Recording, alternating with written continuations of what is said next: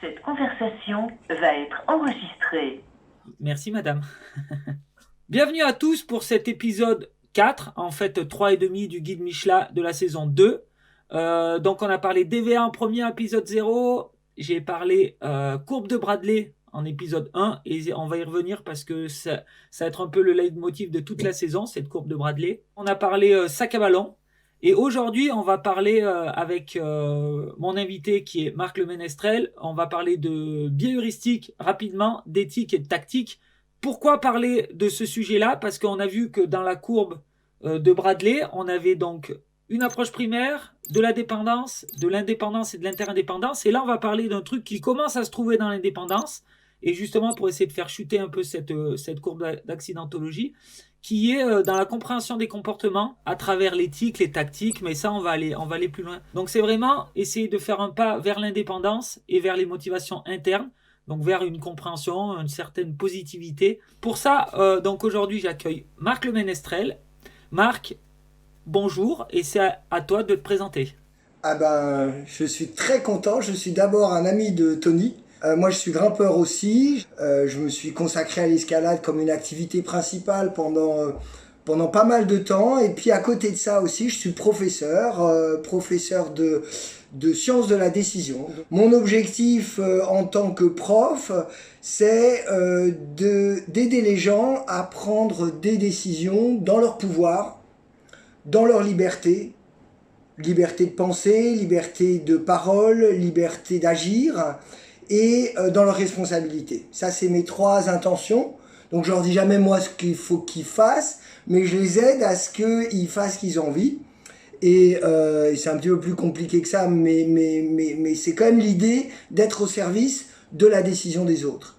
Et puis, en tant que chercheur, ce qui m'intéresse en tant que chercheur, c'est vraiment de regarder cette logique humaine, en quoi elle est logique et en quoi en fait elle est plus intelligente que les ordinateurs. Pourquoi nous, en tant qu'êtres humains, on est des créatures émotionnelles, on est des créatures spirituelles et tout ça en plus d'être des créatures intellectuelles. Et pourquoi ça nous rend encore plus intelligents. Voilà, ça c'est mes recherches. Okay, donc un petit point sur la technique, on peut pas être ensemble aujourd'hui parce que en fait Marc, t'es à Singapour, du coup je teste un petit peu le Mich Live génération Covid, mais euh, sans le faire vraiment exprès parce que Marc physiquement je peux pas le rejoindre, donc on va essayer de tenir cette discussion, voilà, en duplex live.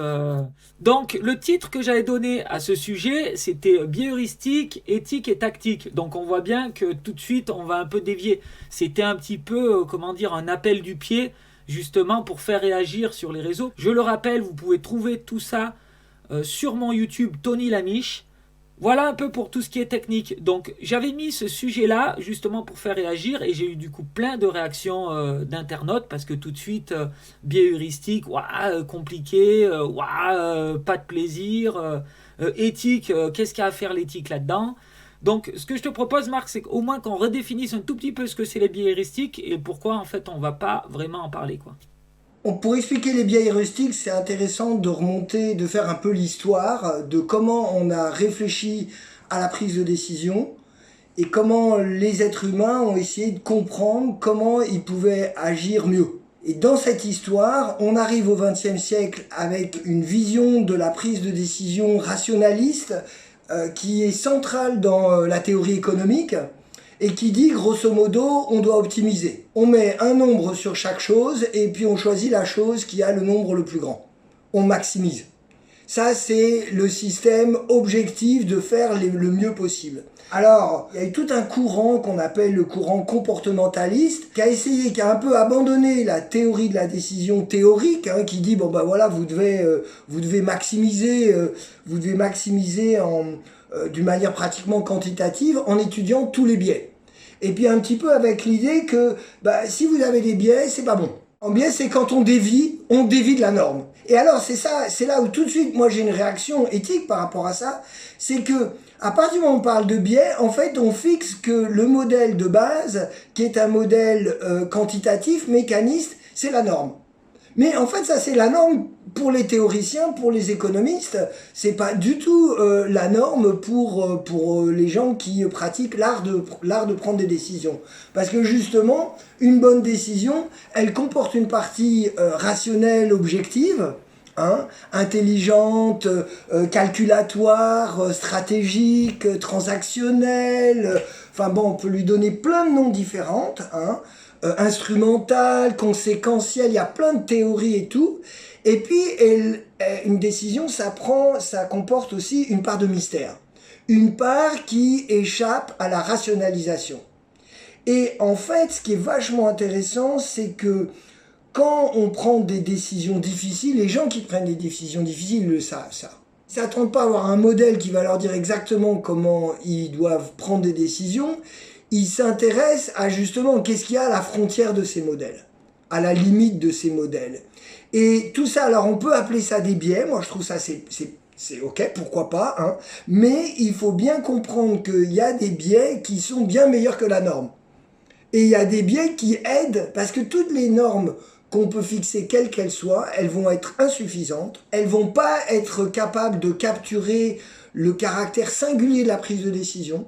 Elles vont avoir une approche souvent mécanique ou une approche statistique même, hein, mais elles vont pas prendre en compte ce qu'on appelle la singularité de la personne qui prend la décision à ce moment-là, dans sa responsabilité, dans son pouvoir, dans sa liberté. Et c'est ça le plus beau. Et c'est ça le plus intéressant. Alors si on commence à dire que dès qu'on dévie de la norme, on n'est pas bon, ça va pas. C'est pas assez bien, quoi. C'est pas assez bien. Il faut comprendre comment on utilise les normes pour améliorer la décision, et non pas la décision uniquement dans son aspect de mystère et tout, vraiment dans son aspect pratique, voilà. Comment on améliore l'expérience de la décision, c'est ça qui nous intéresse. Moi en tant que professeur, en tant que théoricien, c'est ça qui m'intéresse, c'est d'améliorer vos décisions. Justement, donc améliorer cette décision, c'est essayer de ce que moi j'ai un peu expliqué jusqu'à présent, c'est de sortir de cette dépendance des chiffres, des numéros, c'est de passer dans la case d'après. Et pour passer dans la case d'après, ça demande une petite réflexion.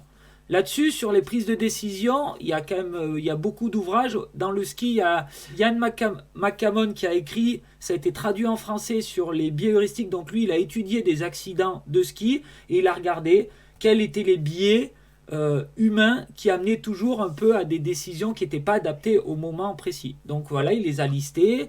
C'est des choses qu'on peut très facilement trouver sur le web et qui nous donnent quand même pas mal d'infos. Là-dessus, il y a pas mal de recherches de Daniel Kahneman, qui est un gars que tu dois connaître, qui lui regarde un peu comment le cerveau fonctionne. Il dit qu'il y a un système 1, un système 2. Le système 1, il va très vite et il prend souvent des décisions tout seul parce qu'il tombe dans une routine. Ça a marché jusque-là, donc il n'y a pas de raison que ça ne marche pas. Et puis il y a le système 2 qui est beaucoup plus réfléchi et qui prend plus de temps, plus d'énergie. Est-ce qu'on est capable de mettre en place qu'un seul système ou les deux? Et avec Marc, c'est un peu ce dont on va parler, c'est de savoir si on laisse toujours l'intuition faire, les habitudes faire, la routine faire, l'effet internet faire, la séduction faire, qui sont mis dans des biais, mais voilà, c'est la vie, donc forcément on la vit. Ou si des fois on est capable un petit peu de se détacher et de mettre en place aussi un petit peu de réflexion par-dessus pour un petit peu comprendre, voilà, comment on est fait et comment on prend des décisions. Et on est tous différents et on prend tous, comme il a dit, des décisions qui sont différentes parce qu'on est des êtres singuliers. Mais il faut un peu se connaître. Donc ce côté biais heuristique, voilà, on va le passer rapidement. C'est intéressant, les biais heuristiques. Encore une fois, si on ne rentre pas dans un système où tous les biais sont mauvais par rapport à la norme. Ça, c'est pas bon, parce que en fait, on a parlé donc de singularité de la prise de décision. Hein, moi, j'ai parlé de liberté, toi, tu as parlé de dépendance ou d'indépendance. Toute décision, elle se fait dans un contexte social, dans un contexte environnemental. Un des éléments est d'un contexte cognitif, c'est-à-dire comment, en fait, on pose le problème, hein, et comment, en fait, on pense la décision. Et toute l'intelligence de la décision, elle va être de travailler sa prise de décision en tenant compte à la fois de ce qu'on pense et de ce qu'on ne pense pas. Alors, qu'est-ce que ça veut dire ce qu'on pense pas, hein? Ou alors de qu'est-ce qu'on calcule pas. Qu'est-ce que ça veut dire? Alors, ça veut dire, qu'est-ce qu'on ressent? C'est une partie importante. Ça va être tout le contexte émotionnel, enfin, l'expérience émotionnelle de la décision. Il y a un mec extraordinaire qui s'appelle Damasio, qui a fait un très bon livre là-dessus, où qui va bien expliquer comment, en fait, il y a les émotions participent à l'intelligence de nos décisions. C'est pas si on les met de côté, on est plus intelligent. C'est pas vrai. Au contraire, elle aide à mettre la décision en contexte et à utiliser notre ressenti personnel pour nous informer nous-mêmes en fait de ce qu'il y a au-delà de ce à quoi on pense.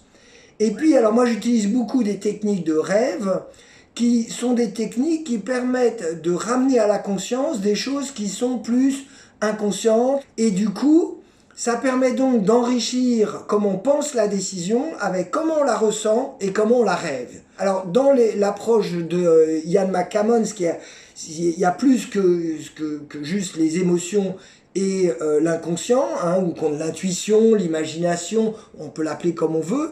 Il y a aussi ce qu'on appelle l'habitude. Ça, il y a un sociologue extraordinaire du début du XXe siècle qui s'appelle Max Weber, hein, et qui avait bien aussi montré comment les décisions sont orientées par la tradition. Hein. Et ça, c'est très important pour nous. C'est pas simplement des bonnes habitudes de comment se comporter, c'est bonnes habitudes de réfléchir à comment on va prendre des décisions. Voilà. Et c'est aussi ça qu'on entraîne en tant que prof. Expression de la liberté de chacun et de sa responsabilité du coup, hein, c'est-à-dire que comme tu es libre, du coup tu es responsable, et de son pouvoir au sens de sa capacité à réfléchir à l'intérieur de son propre système et aussi à en sortir. Et c'est ça qui est extraordinaire. Moi j'ai trouvé super dans ton Michelin, parce que c'est ça que tu crées comme condition de ton travail avec ton guide Michelin. Tu crées un avatar complémentaire de Tony Lamiche, qui est Michelin, et donc du coup tu vas permettre d'avoir une conversation entre deux perspectives sur une même décision. Et déjà là, tu as créé les conditions d'une décision beaucoup plus intelligente qu'à l'intérieur de son propre tunnel, parce que tu as créé en fait la possibilité, un espace critique, la possibilité d'une critique, la possibilité d'une remise en cause, non pas pour avoir une guerre fratricide intérieure à mort pour que soit Lamiche, soit Michelin ait raison, mais pour trouver, pour mettre en place en fait un processus dynamique de construction de ta décision qui va parfois même te surprendre toi-même. Parce que tu sais pas, c'est pas jusqu'à la fin l'un a raison et pas l'autre, c'est que les deux vont faire preuve d'une intelligence collective, même si tu es tout seul. Et ça, c'est super. Et donc, j'ai trouvé que le principe du guide Michelin, la manière dont tu l'avais organisé, était intelligente. C'est pour ça aussi que je parle de cette notion d'éthique. J'ai posé un petit peu cette question sur les réseaux pour savoir un peu comment c'était perçu. J'ai eu un retour par exemple de Luc qui me disait en montagne l'éthique c'est les règles qu'on se fixe pour valider une réussite ou un échec. Ouais, on peut parler d'éthique. Pourquoi l'éthique, ça a sa place dans la prise de décision? En fait, moi je me suis intéressé en tant que prof aux décisions difficiles. Elles font appel à des valeurs. Elles font appel à une certaine notion du bien et du mal. Ça, l'éthique, c'est ça qu'il faut le voir. C'est une réflexion, une considération du bien et du mal dans la prise de décision. Donc en fait, dit comme ça, toute décision a une dimension éthique. À partir du moment où on dit il y a des bonnes décisions, des mauvaises décisions, ou il y a une décision qui a du bien et qui a du mal, bon ben voilà, c'est juste ça que ça veut dire. Hein, c'est une manière simple de dire que une décision, elle va en fait comme tracer une ligne dans la zone grise qui résulte de la combinaison du bien et du mal, du blanc et du noir. Ça, c'est l'intérêt. Alors, comment on pense le bien et le mal? Alors, il y a plein de philosophes qui ont fait plein de théories là-dessus. Ils ont chacun leur théorie en disant, ben voilà, il faut penser le bien et le mal comme ça ou comme si. Hein. Il y en a qui disent, le bien et le mal, c'est un ensemble de règles. C'est ce qu'on appelle la déontologie. Alors ça, on s'est aperçu que la déontologie et les règles, c'était super utile pour aider à faire le bien, mais ça peut être totalement détourné, bien entendu. C'est-à-dire que ça suffit pas. Alors, parce qu'on peut très bien parfois mettre en place des règles pour s'auto-justifier, en fait, ou pour empêcher les gens de faire ce qu'on a envie de faire. Une autre manière de voir l'éthique, c'est de regarder les conséquences. Si ça aboutit à des bonnes conséquences, c'est bien. Et puis si ça aboutit à des mauvaises conséquences, c'est mauvais, c'est mal. Alors ça, c'est le conséquentialisme, c'est l'autre grande manière de penser du monde moderne, je dirais surtout anglo-saxon, très présent en économie. Alors après, la question, c'est ça fait du bien et du mal, mais pour qui? Parce que voilà, il y a toute la question de à qui je fais du bien, à qui je fais du mal, et parfois ça peut être bien de faire du mal et ça peut être mal de faire du bien. Hein, c'est plus compliqué que ça. Donc ça aussi, c'est limité. Il y a une troisième approche qui est de dire, c'est émotionnel tout ça. Si je fais du bien, je vais bien me sentir. Si je me sens bien, c'est que c'est bien. C'est vraiment une propriété de celui qui prend la décision, un ressenti. Voilà. Alors ça, c'est très utile. Ça permet d'avoir un ressenti qui informe la décision avec des processus physiologiques qui sont souvent au-delà de ce qu'on pense. Mais aussi, ça suffit pas, parce qu'il y a des gens, ils se sentent très bien à faire du mal. Et puis pareil, ils s'inventent des histoires, ils s'inventent une vie où à la fin, ils se sentent bien, mais bon, il y a qu'eux qui se sentent bien, en fait. Hein, et nous, on se sent pas bien avec eux. Hein, donc, c'est aussi un problème. La quatrième approche, je dirais, c'est il faut qu'on puisse en parler.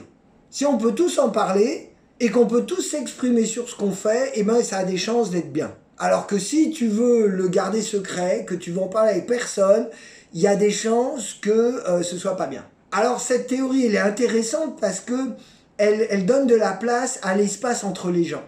Et comme on a vu avec l'Amish Mishla, là, créer cet espace, cet interstice en fait entre les critères, c'est vachement utile pour créer une dynamique qui soit constructive.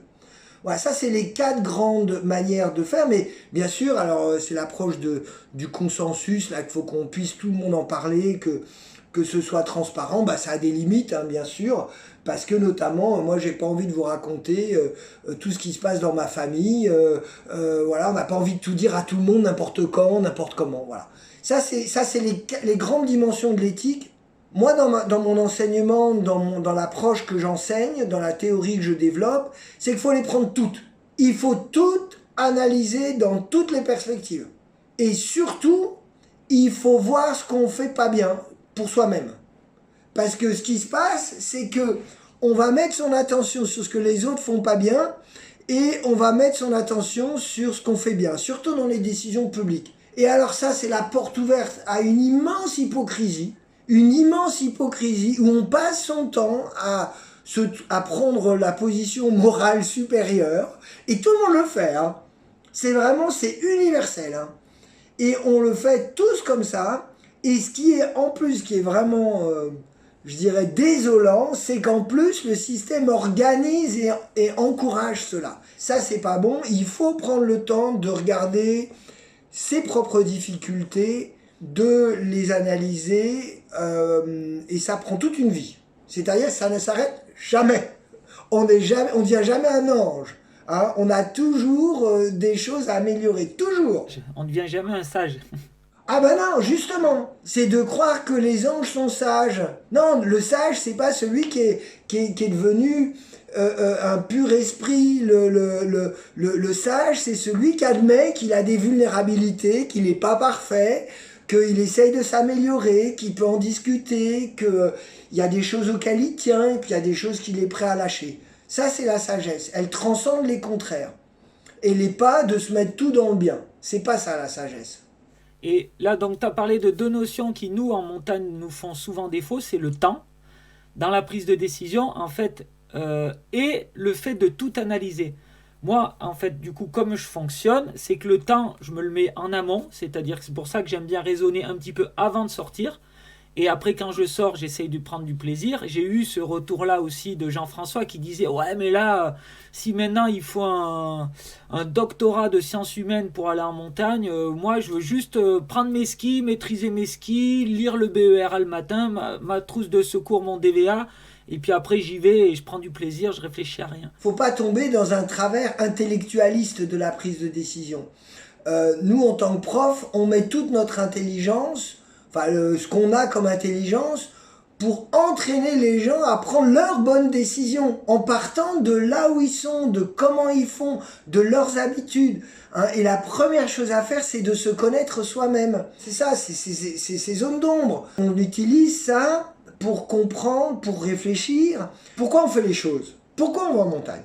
C'est pas forcément le truc à se poser quand on est en montagne, mais quand on est au pied et qu'on prépare son expé, c'est une question intéressante à poser. Parce qu'en fait, il y a plein de motivations qu'on a, on n'en est même pas conscient. Et en fait, elles vont shaper, alors comment on dit, elles vont cadrer, elles vont influencer nos décisions, elles vont influencer notre prise d'information, notre qualité de conversation avec les autres, notre qualité de réflexion avec nous-mêmes.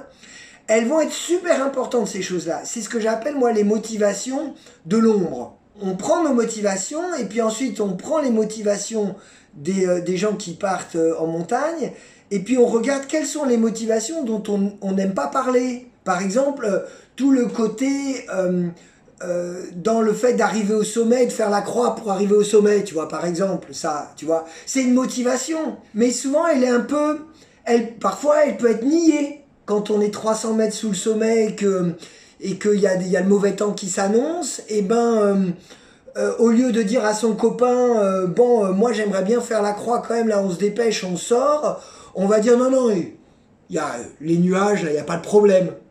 On va inventer une histoire pour cacher sa vraie motivation. Et du coup, on va avoir une conversation de piètre qualité, en fait basée sur une illusion, une justification. Voilà, regarde les nuages, là il n'y a pas grand-chose. Alors que si le mec il avait dit ah ouais là quand même il y a des nuages qui s'amoncellent, moi j'aimerais bien aller au sommet, mais qu'est-ce que t'en penses ? Il a dit bah ouais j'ai regardé parce qu'en fait il y a 5 minutes, là ces nuages là ils étaient pas là, et que là ils arrivent là, donc on peut regarder dans 5 minutes.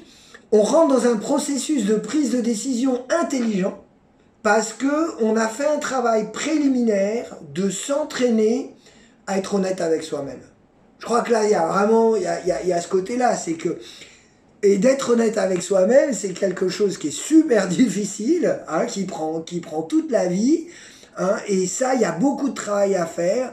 Bien entendu, il ne faut pas un doctorat en décision pour être honnête avec soi-même, mais un doctorat en décision, ce que nous, on va faire, c'est qu'on va construire des exercices, des cours, des méthodes, des discours, pour vous dire, les mecs, là, travaillez votre honnêteté personnelle, travaillez votre honnêteté de groupe, pour savoir pourquoi vous partez en groupe, comment vous choisissez qui est dans le groupe, qui vous écoutez dans le groupe, travaillez ça pour pouvoir être capable d'être vous-même et d'être intelligent au moment de l'expérience et là où il y aura des vraies décisions à prendre.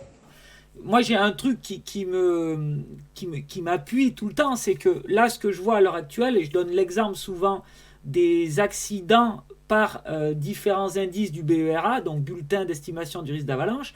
Jusqu'à présent, on avait pas mal d'accidents par indice 2, beaucoup par indice 3 et pas mal par indice 4. Et là, la société met en place des choses où on est en train de dire indice 4, faut pas y aller. Ok, c'est quand même le moment où il y a souvent la neige poudreuse, et si notre motivation de base c'est de faire de la neige poudreuse, c'est souvent là qu'on la trouve. Et en fait, on a réduit cette accidentologie par indice 4 parce que, évitement, au lieu d'aller par indice 4 intelligemment, on a dit plus d'intelligence, on ne va pas par indice 4. Mais ces accidents, qu'est-ce qu'ils ont fait ? Ils se sont reportés dans l'indice 2, parce que les gens ont quand même envie d'aller skier de la poudreuse. Du coup, ils vont quand même dans les entrées de couloir où il y a de la poudreuse au nord, à l'endroit où les couches fragiles marchent, puisque c'est là où il y a la poudreuse. Et donc, les accidents se sont déplacés vers l'indice 2, mais du coup, il n'y a plus d'honnêteté et plus d'intelligence derrière. C'est-à-dire qu'on continue à faire des erreurs fortes, parce qu'on ne voit pas, on n'est pas honnête avec nous-mêmes, on continue à aller skier à ces endroits-là, mais c'est juste dicté, si tu veux, un petit peu par la société. Au lieu de dire « soyez intelligent par indice 4 », raisonnable, réfléchi, honnête, on dit n'y allez pas, et du coup tout se reporte par l'indice 2, puisque on n'est pas intelligent, on n'est pas honnête avec nous-mêmes et on se retrouve quand même du coup dans des endroits qui sont très compliqués à gérer, où si on n'a pas cette honnêteté de justement de tout voir, eh ben forcément on tombe dans les mêmes travers de décision, c'est-à-dire un comportement qui n'est pas adapté par rapport à l'endroit où on est. C'est ça c'est désolant. C'est désolant parce que ça montre comment on rentre dans un système dont la dynamique nous pousse à ne pas réfléchir, à ne pas être conscient, à ne pas prendre des décisions responsables. Et ça, c'est un problème de société, c'est un problème de culture, c'est un problème aussi de nature, parce que c'est un problème qui va nous retomber dessus, qui nous retombe dessus en fait, où on devient de plus en plus inconscient, et on cultive une espèce d'inconscience des gens qui prennent de la décision, en les prenant pour des idiots, ou en les prenant pour des gens biaisés, ou en les prenant pour des incapables ou des irresponsables qui n'ont pas le droit de réfléchir. Et c'est une grande difficulté aujourd'hui, parce que là aussi l'éthique rentre dedans, où on va dire « Non mais là, toi tu pars en risque 4, tu enfreins la loi, enfin tu enfreins la consigne, tu es en tort. Il n'y a pas de discussion, tu es en tort. Et si tu fais ça, et que tu pars par risque 4, et qu'il t'arrive quelque chose, tu es totalement responsable et en plus tu es coupable. Et ça c'est difficile parce que ça va être renforcé par un certain nombre d'arguments pseudo-éthiques, par exemple du fait de dire si jamais je te permets de sortir par risque 4 et que je ne dis pas que c'est irresponsable, et du coup je vais ouvrir la porte à tous les abus. Ce qui est faux, parce que non, c'est l'exception qui peut confirmer la règle, et que les règles sont là pour être utilisées avec intelligence. Donc ça c'est un problème vide de polémique, super difficile de discuter de pourquoi tu es parti par risque 4.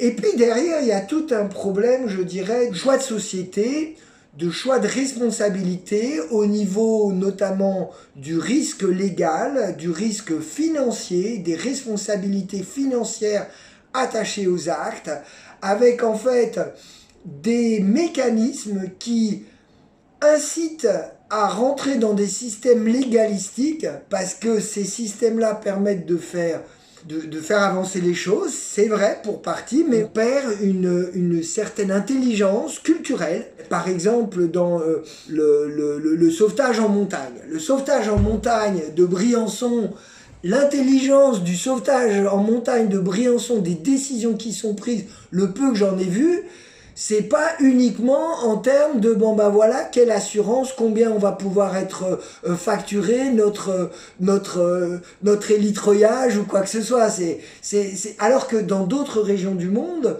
on va se retrouver embourbé dans des systèmes où finalement on cherche plus à maximiser la valeur, enfin l'argent en fait, grosso modo, pour faire les choses simplement, plutôt de construire une culture de la montagne intelligente qui responsabilise les alpinistes, les grimpeurs, et qui aussi aide les guides, les sauveteurs, les responsables de parc à être intelligents. Et non pas les pousse dans des dilemmes où finalement ils cherchent à se protéger avec une loi, avec une justification. Et ça ce sont des problèmes, ce qu'on appelle des problèmes de prise de décision en termes de gouvernance, de comment en fait on organise la gouvernance d'un système d'activité, d'un système culturel, d'un système local. Ce que nous on enseigne en tant que prof, c'est que il y a des décisions individuelles, mais il y a aussi des décisions de système, de faire un système qui ait du sens. Et ça, c'est des décisions très intéressantes aussi en termes d'éthique et de qualité des processus de prise de décision. Et donc, voilà, c'est très intéressant. Tu as fait un peu si tu veux, la conclusion, même si c'est pas ça la conclusion, c'est que moi, ce que j'essaie de mettre en place justement, et ce dont on a bien discuté avec Bertrand Soulol, c'est cette fameuse courbe de culture. c'est justement de mettre en place un petit peu une culture et de savoir où on en est dans la culture. Donc je vous invite à re-regarder l'épisode 1. La culture, ça passe toujours par une approche primaire, par de la dépendance, et si on est intelligent, si on arrive à mettre du sens dans ce qu'on fait, on passe dans une forme d'indépendance, voire d'inter-indépendance. C'est la discussion du guide Michelin. Voilà. Donc, moi, ce qui m'intéresse, c'est vraiment cette évolution et qu'on essaye de comprendre où on en est là-dedans. Et comme on l'a déjà dit, c'est qu'on avance là-dedans, on est obligé de passer, et tu l'as redit de la même façon, il y a des choses qui sont obligées de faire, mais qui ne sont pas essentielles. Donc, apprendre à naviguer là-dedans et surtout apprendre à reconnaître les moments où on fait marche arrière et on roule, où on revient dans une approche qui est primitive ou dépendante et être capable, quand on a le temps, de faire un peu marche arrière et de regarder où on en est. Parce que c'est pas au moment où tout s'accélère en montagne que, en général, quand tout s'accélère en montagne, on fait souvent de la marche arrière.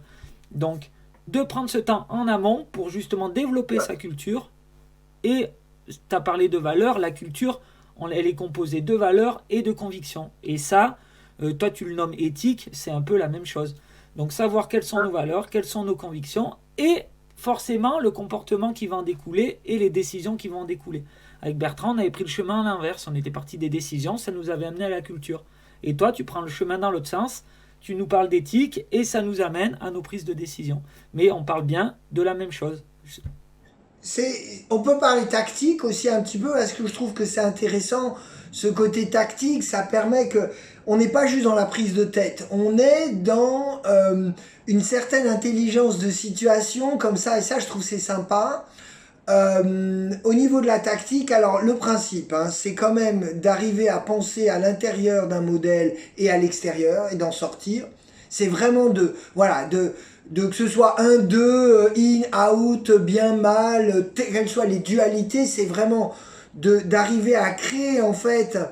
Il y a un philosophe super, François Julien, alors il dit il faut faire des fissures et se mettre dans la fissure qui nous permet en fait, qui va être un espace entre les choses, et ça va être un espace de liberté. Ça, je trouve que ça c'est très intéressant comme langage. Et alors sinon, au niveau des émotions, vraiment travailler au niveau de ces ondes, quels sont les points aveugles de ces motivations, ces peurs, ces hontes, ces culpabilités, travailler de affiner son ressenti. Alors pour affiner son ressenti, c'est pas juste je me sens bien, je me sens mal, c'est quoi mon émotion, je me sens comme ci, comme ça, je me sens, j'ai peur, je suis anxieux, j'ai un peu honte, voilà, je me sens coupable. Et puis aussi essayer de le sentir où dans son corps. Où dans son corps pour arriver à être mieux connecté aux différents signaux que nous envoie notre corps, qu'il y a quelque chose qui va pas. Et quand il y a quelque chose qui va pas, ne pas le repousser. C'est-à-dire que si on cherche constamment le confort, on va repousser tout inconfort. Or, l'inconfort est parfois le signal faible de quelque chose qui ne va pas et auquel on ne veut pas penser. Donc quand vous sentez qu'il y a quelque chose qui ne va pas, il faut prendre un peu de temps là et en tout cas éventuellement envisager de lâcher prise sur la manière dont on pense. Parce que souvent c'est une manière pour le corps de nous dire là il y a un truc que tu penses qui ne va pas là. Donc apprendre à écouter ses émotions, ça aide vraiment. Et puis de comprendre comment en fait on a des tactiques personnelles, et là il n'y a pas ses propres, on appelle ça des schémas cognitifs émotionnels, où en fait on pense un truc, ça nous fait ressentir quelque chose, ça nous fait penser un truc, ça nous fait ressentir quelque chose, et on rentre dans un cycle. Il peut être vicieux, il peut être vertueux, il peut être destructeur. Et de comprendre comment on fonctionne dans ces schémas-là, et d'arriver à travailler à comment en sortir, parce que c'est ces schémas-là qui vont faire qu'on va faire une bêtise. On va pas se mettre dans la bonne position. Ouais.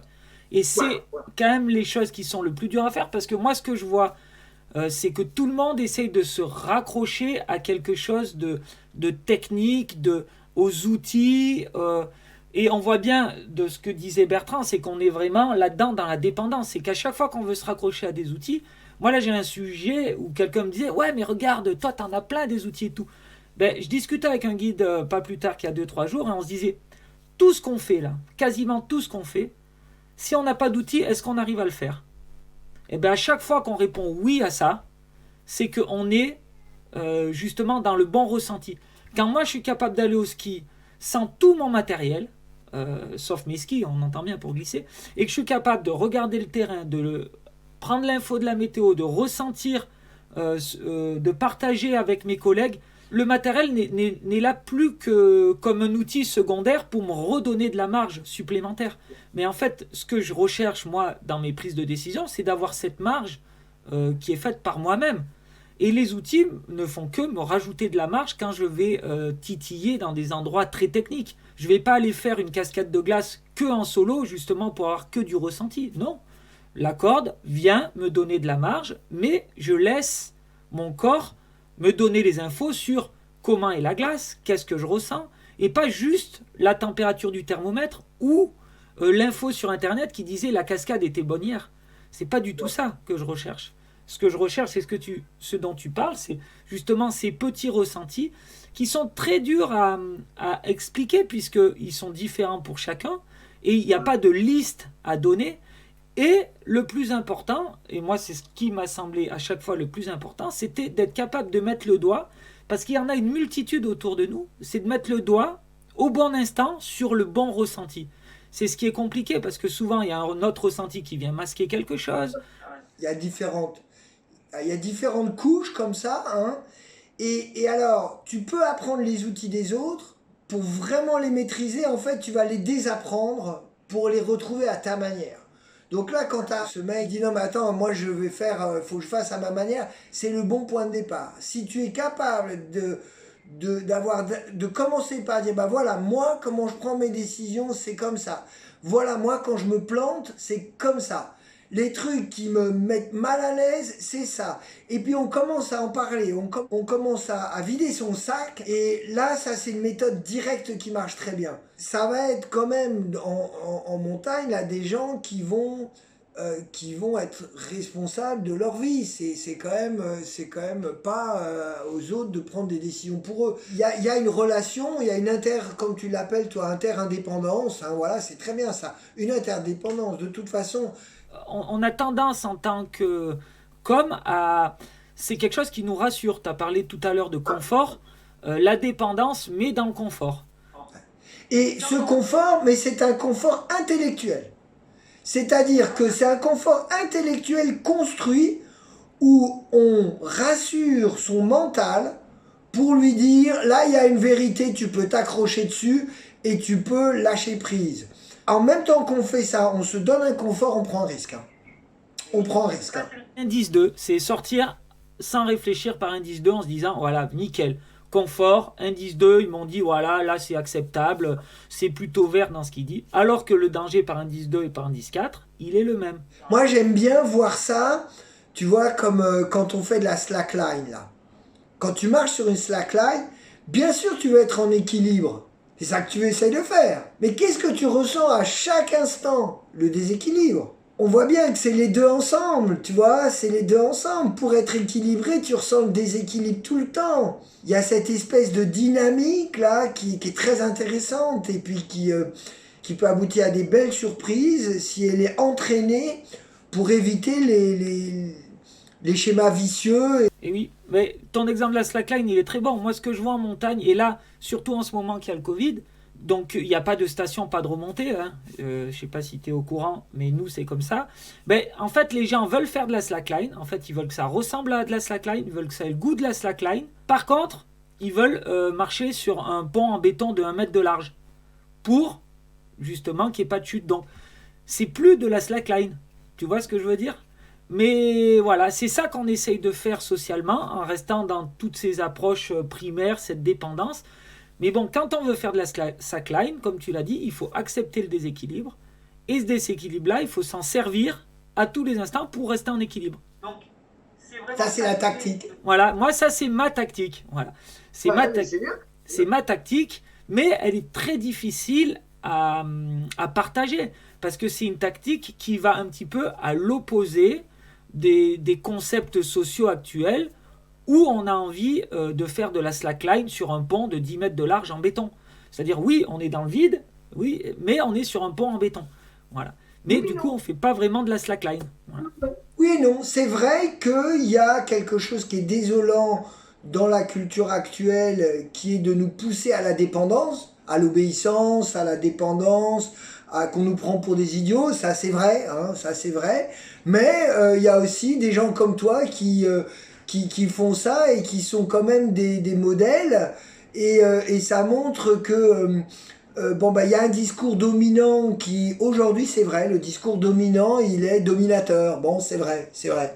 Et ça, c'est un peu désolant. Mais t'as de la place quand même, regarde. Et puis t'es pas n'importe qui. Tu fais ça avec des gens super, dans des émissions. Là, j'ai vu où t'apportes quand même des expertises, une générosité. Je pense on, on a aussi un espace pour lequel qu'on peut revendiquer, voilà, qu'on peut revendiquer sans se mettre victime et puis l'occuper et dire non, nous on a le droit de réfléchir, on a le droit de discuter, on a le droit de questionner les règles, de faire attention que les règles nous enferment pas, elles sont là à notre service, c'est pas le contraire. C'est important, c'est aussi que la sécurité, c'est quelque chose de complexe, de fin, de subtil, qui va dans les détails, qui demande de l'engagement de chacun et qui va pas être résolu soit par une assurance, soit par une politique, soit par je sais pas quoi. Ah ben c'est ce Voilà. fameux mélange de la sécurité. Moi, la sécurité, pour moi, c'est très simple. C'est être en sécurité, c'est toujours par rapport à une menace donnée. Et je peux me mettre. Et quand je suis en sécurité, ça veut dire que cette menace ne peut pas me toucher. C'est tout. Et c'est un concept qui me va très bien, qui me permet de lire beaucoup mieux le terrain. Quand je suis sous une phase, que j'arrive, et je me dis, est-ce que je suis en sécurité par rapport aux chutes de pierre? Non. Est-ce que c'est possible de se mettre en sécurité? Non. Qu'est-ce que je fais? Eh ben, j'accepte ce déséquilibre et je vais de point le moins pire en point le moins pire. Je prends du matériel de protection en plus, ok, un casque, voilà, bon. Mais j'accepte, dans mon éthique, j'accepte ces instants de déséquilibre et j'essaye de naviguer dedans de façon à ce que ces déséquilibres me nourrissent et me fassent prendre les bons choix, justement pour aller jusqu'au sommet. Après, est-ce que le jeu en vaut la chandelle? Là, on revient à l'éthique la plus générale, et ça, on peut en discuter. Et je pense qu'aujourd'hui, dans la société dans laquelle on vit, remettre et revendiquer, comme tu disais, sa culture et son éthique, c'est quelque chose qu'il faut un petit peu remettre en avant, parce que c'est quelque chose qui se perd. Et je trouve que la montagne et les guides, la fameuse liberté de la montagne, c'est vraiment un espace où, justement, on peut revendiquer ce que l'on ressent et ce que l'on pense et ce que l'on a envie de faire. On peut vivre en prenant des risques. Ouais, on peut le faire. Et en conscience, c'est pour ça qu'il faut pas se mettre comme victime, parce que la montagne, l'escalade, les sports de loisirs sont quand même une bouffée d'air là dans ce monde. C'est sûr qu'il y a la pression, hein. Il faut se tenir les coudes, il faut renforcer nos cultures, il faut pas partir perdant, ça c'est sûr, hein. Moi je trouve que ça c'est vraiment important dans les sports de montagne. Il y a une en plus ce qui est magnifique, c'est que les gens, ça, ils s'évadent, ils imaginent la montagne, et ça, c'est quand même un bonheur extraordinaire. Ah ben je te rassure, nous on sait. Moi, chaque jour que je vais, c'est pareil. Et une de mes tactiques pour compléter un peu la tactique, c'est justement de reprendre chaque journée comme une nouvelle journée. Une nouvelle journée pour justement réécouter toutes ces sensations et pas dire ah ben c'est bon, ça je connais, je l'ai fait hier, donc du coup nos réflexions, je refais la même action. Non, chaque journée est une nouvelle journée, nouvelles conditions, nouvelles personnes. Moi je suis un nouvel être chaque jour puisque mon expérience augmente chaque jour.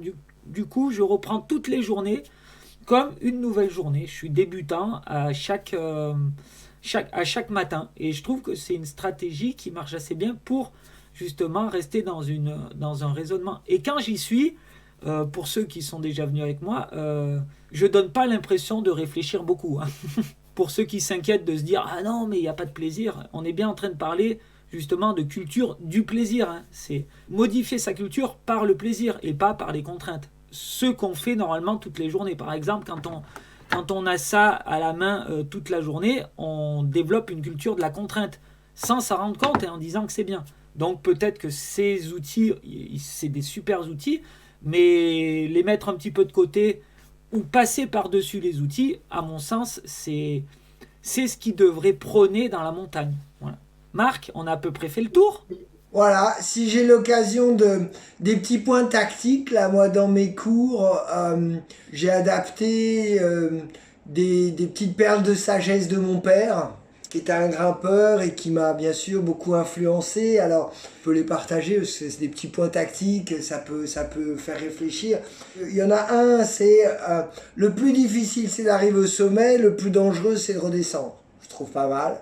Alors, là, un autre petit aparté que je vais mettre aussi en lien, c'est que donc la semaine dernière, on a fait une petite conférence avec quelqu'un qui s'appelle Jean-Marc Jancovici. Je ne sais pas si vous connaissez. Et justement, ce que moi j'ai dit, donc de son explication, donc lui c'est un expert du climat, et un peu ce qu'il nous explique, c'est que voilà, on vient de faire toute la montée, on est au sommet, et là on va devoir attaquer la descente. Comme ton papa le disait, sans le savoir, j'ai dit un peu la même chose.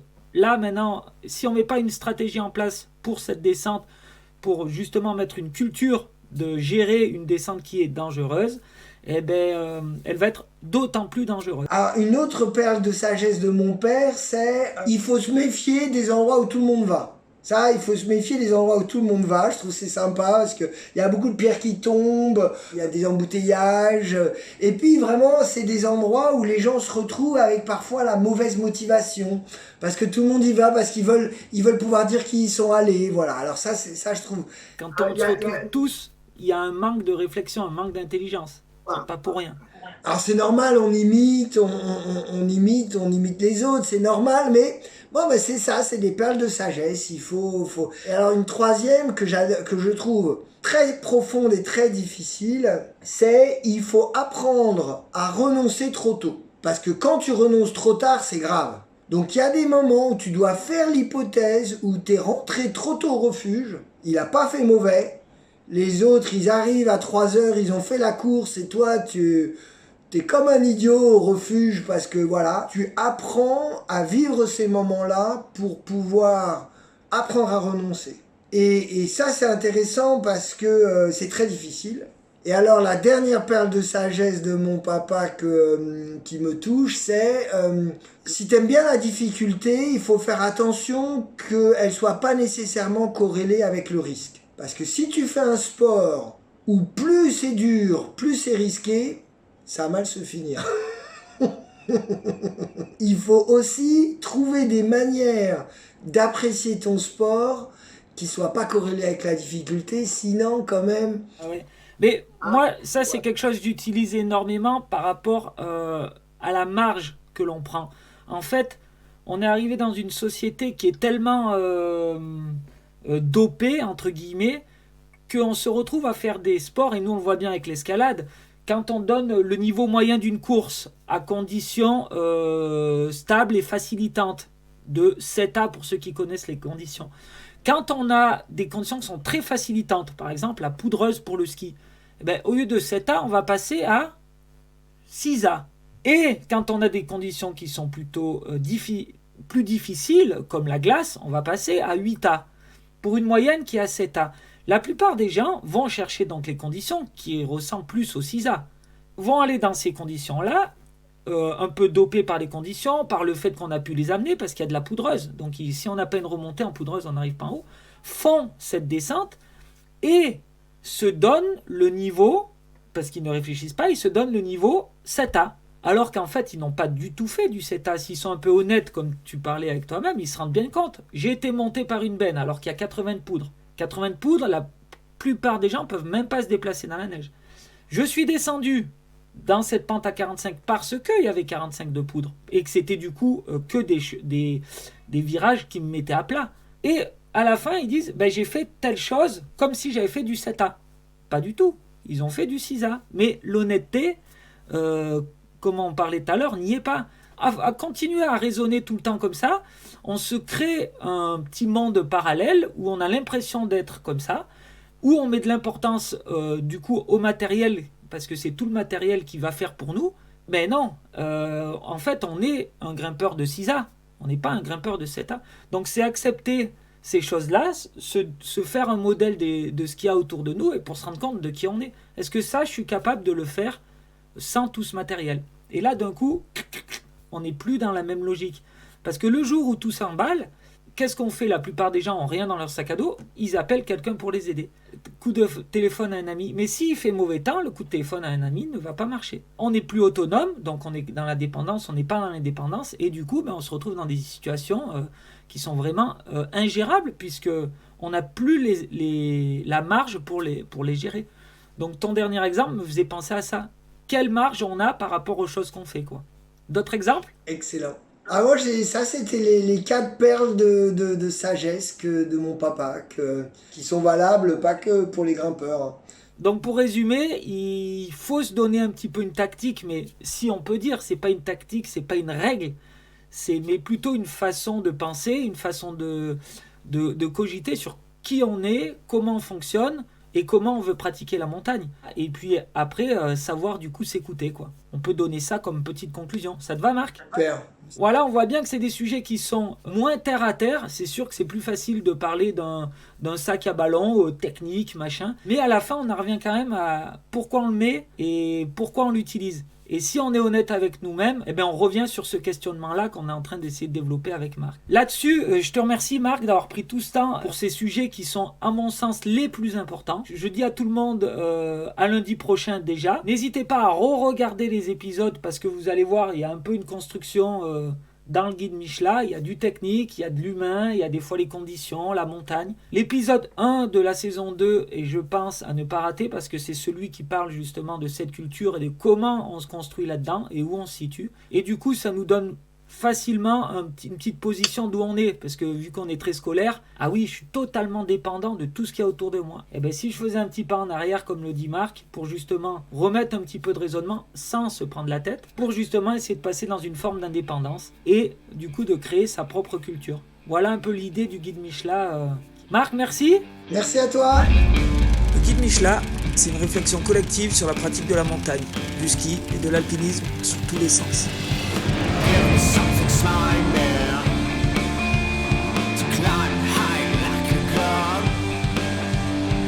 Ouvrir le débat, échanger sur certaines idées préconçues et peut-être tordre le cou à certaines croyances.